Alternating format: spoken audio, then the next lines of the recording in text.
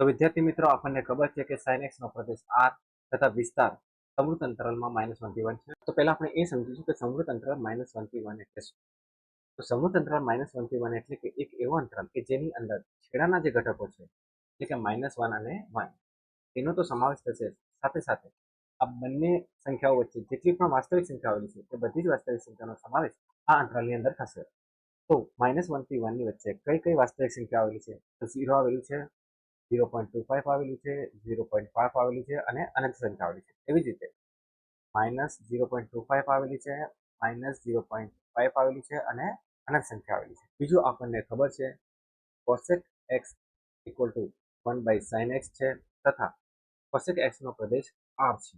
તો અહીંયા છેદમાં sin x આવેલું છે. તો એનો મતલબ એમ છે કે cosec x નો વિસ્તાર r માઇનસ સમૃદ્ધ અંતરાલમાં -1 થી 1 હોવો જોઈએ. પરંતુ આપણને ખબર છે કે cosec x નો વિસ્તાર r માઇનસ વિવૃત અંતરાલમાં -1. તો આવું કેમ? તો આનો જવાબ હું તમને આજના વિડીયોમાં આપવાનો છું. તો આપણને ખબર છે કે sin x નો વિસ્તાર સમૃદ્ધ અંતરાલમાં -1 થી 1 છે. તો હવે આપણે શું કરીશું? હવે આપણે sin x તરીકે 0.25 લઈશું.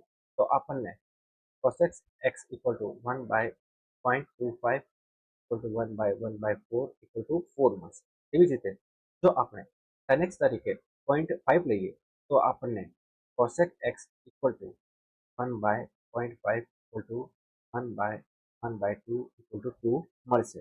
ઓકે. અને જો આપણે sin x તરીકે -0.25 લઈએ તો આપણને cosec x -4 મળશે. અને જો આપણે sin x તરીકે -0.5 લઈએ તો cosec x આપણને -2 મળશે. હવે જો હું sin x તરીકે 1 લઉં તો આપણને cosec x = 1/1 = 1 મળશે. અને જો હું sin x તરીકે -1 લઉં તો cosec x = 1/-1 = -1 મળશે. તો એનો મતલબ એમ થયો કે હું sin x ની સમૃદ્ધ અંતરાલ -1 થી 1 માં ગમે તે કિંમત લઉં તો તેના માટે મને cosec x ની કિંમત કાં તો 1 અથવા તો 1 કરતાં વધુ અને -1 અથવા તો -1 કરતાં ઓછી મળશે. પરંતુ cosec x ની કિંમત મને -1 થી 1 વચ્ચેની કોઈ પણ સંખ્યા મળશે નહીં. અને તેથી જ cosec x નો વિસ્તાર આપણે r માઇનસ વિવૃત અંતરાલમાં -1 થી 1 લખીશું.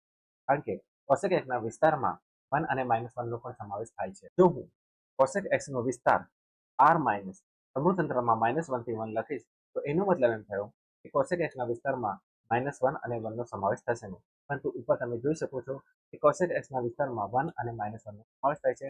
અને તેથી જ આપણે cosec x નો વિસ્તાર r માઇનસ વિવૃત અંતરાલમાં -1 થી 1 લખ્યું છે. તો આવા જ માહિતીસભર વિડીયો જોવા માટે સ્કૂલ ઓફ મેથેમેટિક્સના ચેનલને સબસ્ક્રાઇબ કરો. Thank you.